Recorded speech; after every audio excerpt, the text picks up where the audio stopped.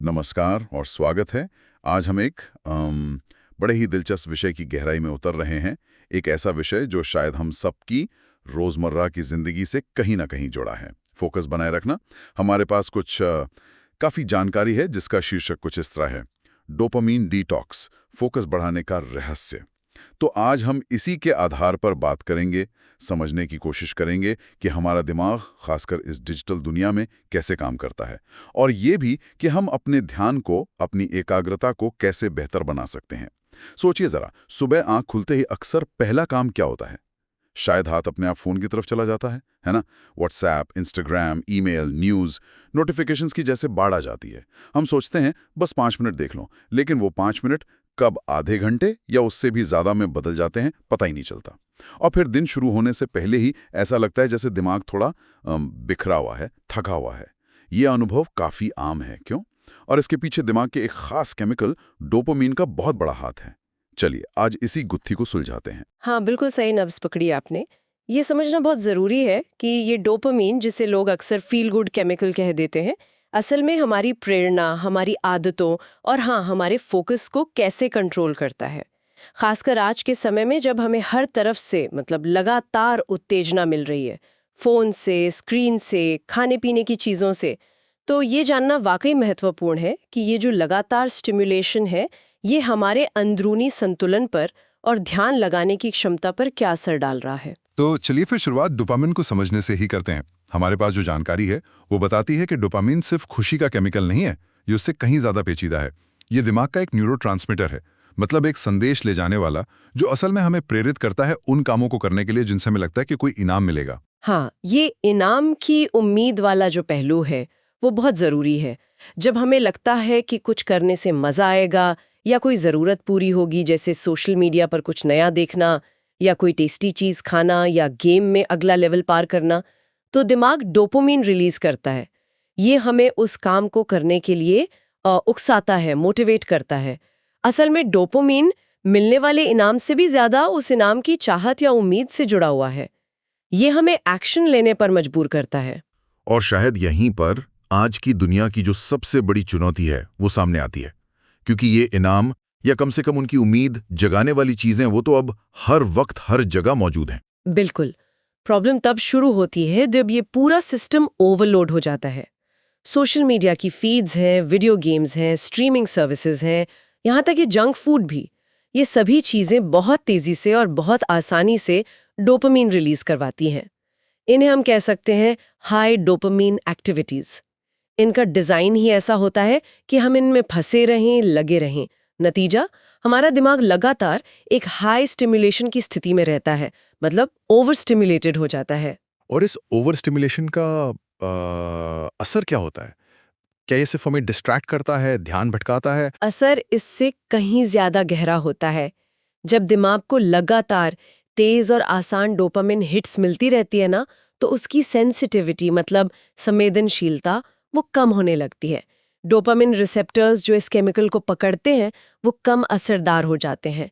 इसका मतलब ये हुआ कि हमें वही मजा या संतुष्टि पाने के लिए और ज्यादा और तेज उत्तेजना की जरूरत पड़ने लगती है। और इससे भी बड़ी बात यह है कि वो काम जो थोड़े धीमे होते हैं, जिनमें ज्यादा मेहनत लगती है या जिनसे तुरंत मजा नहीं मिलता, जैसे कोई किताब पढ़ना या किसी मुश्किल प्रोजेक्ट पर काम करना, एक्सरसाइज करना या बस चुपचाप बैठना, वो सब उबाऊ लगने लगते हैं, अनाकर्षक। दिमाग जैसे अपना धैर्य खो देता है और सिर्फ तुरंत मिलने वाले इनामों के पीछे भागने लगता है। फोकस करना मुश्किल हो जाता है क्योंकि हर छोटी मोटी चीज ज्यादा आकर्षक लगने लगती है। ये तो वाकई चिंता वाली बात है। और यहीं पर शायद डोपामीन डिटॉक्स का आइडिया आता है, जैसा कि हमारी अध्ययन सामग्री में बताया गया है। तो ये डिटॉक्स आखिर है क्या? क्या इसका मतलब ये है कि हम पूरी तरह से टेक्नोलॉजी या मनोरंजन छोड़ दें? नहीं नहीं, ऐसा बिल्कुल नहीं है। डोपामीन डिटॉक्स का मतलब सब कुछ छोड़ देना नहीं है, बल्कि ये एक सचेत प्रयास है। मतलब जानबूझकर कुछ तय समय के लिए उन एक्टिविटीज से परहेज करना जो दिमाग को बहुत ज्यादा और बहुत आसानी से डोपामिन देती हैं। जैसा आपने कहा, इसमें ये सब शामिल हो सकता है। बिना सोचे समझे सोशल मीडिया स्क्रॉल करते रहना कम करना, बार बार नोटिफिकेशन चेक करने की आदत पर लगाम लगाना, अत्यधिक मीठा या प्रोसेस्ड खाना कम करना, या लगातार वीडियो गेम्स और वेब सीरीज देखने से थोड़ा ब्रेक लेना। ये एक तरह से दिमाग को रीसेट होने का मौका देने जैसा है। रीसेट करना, ये सुनने में तो अच्छा लगता है, पर ये काम कैसे करता है? क्या सच में दिमाग इस तरह से रीसेट हो सकता है? हाँ, यहीं पर दिमाग की जो अडेप्टेबिलिटी है, मतलब उसकी अनुकूलन क्षमता, वो काम आती है। जब हम इन हाई स्टिमुलेशन वाली एक्टिविटीज से ब्रेक लेते हैं तो डोपामिन रिसेप्टर्स को थोड़ा आराम मिलता है, उन्हें उभरने का मौका मिलता है। वो धीरे धीरे फिर से ज्यादा सेंसिटिव बन जाते हैं। हमारी सामग्री में एक बहुत अच्छी उपमा दी गई है, देखिए। सोचिए अगर आप कुछ हफ्तों के लिए चीनी खाना बिल्कुल बंद कर दें, उसके बाद जब आप कोई फल खाएंगे तो वो आपको पहले से कहीं ज्यादा मीठा लगेगा, है ना? ऐसा इसलिए होता है क्योंकि आपके जो टेस्ट रिसेप्टर्स हैं वो चीनी के प्रति फिर से सेंसिटिव हो गए हैं। अच्छा, तो दिमाग के साथ भी कुछ कुछ वैसा ही होता है? हाँ, काफी हद तक। डिटॉक्स पीरियड के बाद जब डोपामिन सिस्टम थोड़ा शांत हो जाता है, रिकैलिब्रेट हो जाता है, तो पहले जो काम उबाऊ लगते थे, जैसे पढ़ना, लिखना, ध्यान करना या प्रकृति में समय बिताना, वो फिर से संतोषजनक लगने लगते हैं। यहाँ तक कि उनमें आनंद भी आ सकता है। आपको उनसे खुशी या संतुष्टि महसूस करने के लिए बहुत ज़्यादा बाहरी उत्तेजना की ज़रूरत नहीं पड़ती है। ये दिमाग की जो इनाम प्रणाली है, रिवॉर्ड सिस्टम, उसको फिर से बैलेंस करने जैसा है, ताकि वो धीमी, ज़्यादा स्थायी और शायद ज़्यादा सार्थक खुशियों को भी पहचान सके और उनका मज़ा ले सके। इससे फोकस अपने आप बेहतर होता है, क्योंकि दिमाग हर छोटी मोटी बाहरी चीज़ के पीछे नहीं भागता। ये तो बहुत ही दिलचस्प बात है, लेकिन क्या ये सिर्फ विल पावर, मतलब इच्छा शक्ति का खेल नहीं है कि बस खुद को रोकना है? इच्छा शक्ति ज़रूरी तो है, खासकर शुरुआत में, इसमें कोई शक नहीं। लेकिन डोपामिन डिटॉक्स का जो विचार है वो इससे आगे जाता है। ये सिर्फ न कहने के बारे में नहीं है, बल्कि ये समझने के बारे में है कि हमारा माहौल, हमारी आदतें हमारे दिमाग को कैसे प्रभावित कर रही हैं। यह सचेत रूप से, मतलब कॉन्शियसली, ऐसा माहौल बनाने और ऐसी आदतें डालने के बारे में है जो हमारे फोकस और मानसिक शांति के लिए बेहतर हों। देखिए, इच्छा शक्ति एक लिमिट तक ही काम करती है, लेकिन आदतें और सही माहौल वो लंबे समय तक साथ देते हैं। डिटॉक्स इन आदतों को बदलने का एक, कह सकते हैं, शुरुआती पॉइंट हो सकता है। हाँ, ये बात समझ आती है। तो अगर कोई इसे आजमाना चाहे तो शुरुआत कैसे करे? हमारे पास जो जानकारी है उसमें कुछ प्रैक्टिकल स्टेप्स भी बताए गए हैं। हाँ, और अच्छी बात यह है कि शुरुआत छोटे कदमों से की जा सकती है। एकदम से सब कुछ बंद करने की जरूरत नहीं है। कुछ तरीके सुझाए गए हैं। पहला, एक दिन तय करें। हफ्ते में कोई एक दिन, जैसे शनिवार या रविवार, चुनें जब आप जानबूझकर सोशल मीडिया, फालतू ऐप नोटिफिकेशंस और शायद टीवी या स्ट्रीमिंग से भी दूरी बना सकें। इसे डिजिटल उपवास या शांत दिन कह सकते हैं। इस दिन को उन कामों के लिए रखें जिनसे आपको शांति मिलती है, जो आपको प्रेजेंट महसूस कराती हैं। अच्छा, मतलब एक पूरा दिन, ये थोड़ा मुश्किल लग सकता है शुरू में। हाँ, तो दूसरा तरीका है नोटिफिकेशंस मैनेज करें। अगर पूरा दिन दूरी बनाना मुश्किल लगे तो कम से कम अपने फोन पर उन सभी ऐप्स के नोटिफिकेशंस बंद कर दें जो एकदम जरूरी नहीं है। और ये भी कोशिश करें कि ईमेल या मैसेज दिन में केवल कुछ तय समय पर ही चेक करें, न कि हर 5-10 मिनट में। इससे वो जो लगातार रुकावट आती है वो कम होती है। हाँ, ये किया जा सकता है। तीसरा, लो डोपामिन एक्टिविटीज शामिल करें। अपनी दिनचर्या में जानबूझकर ऐसी एक्टिविटीज जोड़ें जो दिमाग को शांत करती हैं और तुरंत इनाम नहीं देती। जैसे रोज 15-20 मिनट कोई किताब पढ़ना, सुबह या शाम को टहलने जाना बिना फोन के, कुछ मिनट ध्यान या गहरी सांसें लेना, या अपने विचार लिखना, जिसे जर्नलिंग कहते हैं। ये चीजें फोकस और सेल्फ अवेयरनेस बढ़ाती हैं। चौथा तरीका भी है शायद, माइक्रो डिटॉक्स। बिल्कुल, माइक्रो डिटॉक्स अपनाएं। ये बहुत असरदार हो सकता है। दिन के कुछ खास समय पर स्क्रीन से दूरी बनाना, जैसे सुबह उठने के बाद पहला घंटा और रात सोने से पहले का आखिरी घंटा स्क्रीन फ्री रखें। ये नींद की क्वालिटी और सुबह की मेंटल क्लैरिटी दोनों के लिए बहुत फायदेमंद है। और पांचवा, सबसे जरूरी, धीरे धीरे आगे बढ़ें। ये जरूरी नहीं कि पहले दिन सब कुछ बंद कर दिया जाए। शायद आप सिर्फ 1 घंटे के लिए फोन दूर रखने से शुरुआत करें, या सिर्फ एक सोशल मीडिया ऐप का इस्तेमाल कम करें। छोटी छोटी सफलताएं कॉन्फिडेंस बढ़ाती हैं और धीरे धीरे बड़ी आदतें बनाने में मदद करती हैं। इन सुझावों में मुझे ये माइक्रो डिटॉक्स वाला आइडिया काफी प्रैक्टिकल लग रहा है, खासकर सुबह और रात वाला। और वो दोस्त का उदाहरण भी था जिसका जिक्र हमारी सामग्री में, जिसने रविवार को सोशल मीडिया फ्री डे शुरू किया था। हाँ, वो उदाहरण काफी रिलेटेबल है। बताया गया है कि शुरुआत में उसे काफी बेचैनी सी महसूस हुई, रेस्टलेसनेस, एक खालीपन सा लगा, बार बार फोन चेक करने की बहुत तेज इच्छा होती थी। ये दिखाता है कि दिमाग किस तरह इन इंस्टेंट हिट्स का आदी हो जाता है। लेकिन उसने हार नहीं मानी और कुछ हफ्ते से जारी रखा। और फिर नतीजा क्या निकला उसका? नतीजा काफी पॉजिटिव रहा। कुछ समय बाद उसने पाया कि रविवार उसका हफ्ते का सबसे ज्यादा प्रोडक्टिव और सबसे शांत दिन बन गया है।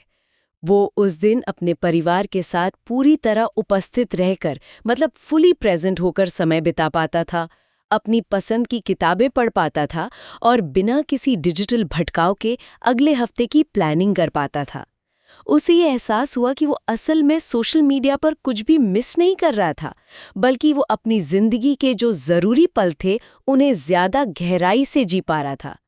ये दिखाता है कि कैसे जानबूझकर ब्रेक लेने से न सिर्फ फोकस सुधरता है, बल्कि जीवन की क्वालिटी और रिश्तों में भी सुधार आ सकता है। ये सचमुच प्रेरणा देता है। ये दिखाता है कि ये सिर्फ काम पर फोकस बढ़ाने के बारे में नहीं है, बल्कि जिंदगी को ज्यादा मीनिंगफुल तरीके से जीने के बारे में भी है। लेकिन एक सवाल मेरे मन में आ रहा है, क्या सारी स्क्रीन टाइमिंग या टेक्नोलॉजी ही बुरी है? आजकल तो बहुत कुछ ऑनलाइन ही होता है, काम भी, पढ़ाई भी। ये एक बहुत अच्छा सवाल है, और डोपामीन डिटॉक्स का मतलब टेक्नोलॉजी को विलन बनाना बिल्कुल नहीं है। देखिए, टेक्नोलॉजी अपने आप में ना बुरी है ना अच्छी। ये इस पर निर्भर करता है कि हम उसका इस्तेमाल कैसे करते हैं।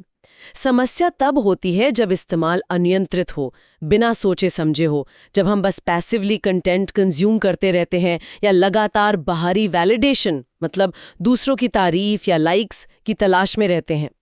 लेकिन अगर हम सचेत होकर उद्देश्यपूर्ण तरीके से टेक्नोलॉजी का इस्तेमाल करें, जैसे कुछ सीखने के लिए या अच्छे कनेक्शंस बनाने के लिए या कुछ क्रिएटिव काम करने के लिए, तो वो हानिकारक नहीं है।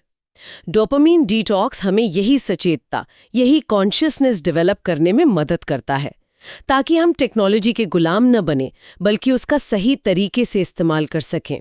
ये कंट्रोल वापस अपने हाथों में लेने का एक तरीका है। तो अगर हम आज की इस पूरी बातचीत का सार निकालें, तो मुख्य बातें क्या होंगी? हमने डोपामीन की काम करने के तरीके को समझा, ओवर स्टिमुलेशन की प्रॉब्लम देखी, डिटॉक्स का कॉन्सेप्ट और उसके पीछे का साइंस, मतलब वो रिसेप्टर रीसेंसिटाइजेशन, और प्रैक्टिकल स्टेप्स पर भी बात की। हाँ, मुख्य टेकअवे, मतलब सार यही है कि अगर आप ध्यान भटकने, टालम टोल करने यानी प्रोक्रास्टिनेशन, या लगातार एक मेंटल फटीग, दिमागी थकान महसूस करने जैसी समस्याओं से जूझ रहे हैं, तो ये संभव है कि आपका डोपामिन सिस्टम ओवरलोड हो गया हो। ऐसे में जानबूझकर हाई स्टिमुलेशन वाली एक्टिविटीज से ब्रेक लेना, यानी एक तरह का डोपामिन डिटॉक्स करना, आपके दिमाग को रिकैलिब्रेट करने में मदद कर सकता है। ये धीमी, ज्यादा सार्थक गतिविधियों के प्रति आपकी सराहना और उनसे मिलने वाली संतुष्टि को बढ़ा सकता है, जिससे आपका फोकस, आपकी प्रोडक्टिविटी और यहाँ तक कि आपकी ओवरऑल खुशी भी बेहतर हो सकती है। और जैसा कि हमने देखा है, इसकी शुरुआत छोटे मैनेजेबल कदमों से की जा सकती है। शायद आज ही कोई एक छोटा सा कदम उठाया जा सकता है, जैसे अगले 1 घंटे के लिए फ़ोन को साइलेंट मोड पर रखकर किसी ऐसी चीज़ पर ध्यान देना जिसे आप टाल रहे थे, या बस 10 मिनट शांति से बैठना। बिल्कुल। और अंत में एक विचार छोड़ना चाहूंगी जिस पर श्रोता शायद आगे सोच सकते हैं। अभी तक हमने व्यक्तिगत स्तर पर फोकस और मेंटल हेल्थ की बात की, लेकिन जरा सोचे, अगर समाज में, मतलब सोसाइटी में, ज्यादा से ज्यादा लोग अपने डिजिटल कंजम्पशन और डोपामिन स्रोतों के प्रति ज्यादा सचेत हो जाएं, तो क्या होगा? ये एक दिलचस्प सवाल है। इसका क्या मतलब हो सकता है समाज पर असर? रियो को, गहरी सोच को, मीनिंगफुल बातचीत को और लंबे समय तक टिकने वाली खुशी को ज्यादा महत्व देने लगे। हमारी प्रायोरिटीज कैसे बदल सकती हैं? हमारे आपसी रिश्ते कैसे और गहरे हो सकते हैं? क्या शिक्षा, काम करने के तरीके, यहाँ तक कि मनोरंजन का जो पूरा उद्योग है, क्या वो भी बदल सकता है? क्या ये हमें एक ज्यादा शांत, ज्यादा विचारशील और शायद ज्यादा संतुष्ट समाज की ओर ले जा सकता है। ये सोचने वाली बात है कि क्या एक व्यक्तिगत डिटॉक्स का असर सिर्फ हम तक ही सीमित रहता है या इसके तार समाज के पूरे ताने-बाने से भी जुड़े हैं। वाकई ये सोचने के लिए बहुत गहरा बिंदु है। व्यक्तिगत फोकस से शुरू हुई बात समाज की दिशा तक पहुंच सकती है। तो आज हमने डोपामिन डिटॉक्स के अलग-अलग पहलुओं को समझने की कोशिश की, उन स्रोतों के आधार पर जो हमारे पास थे। उम्मीद है कि ये बातचीत हमारे सुनने वालों के लिए उपयोगी रही होगी।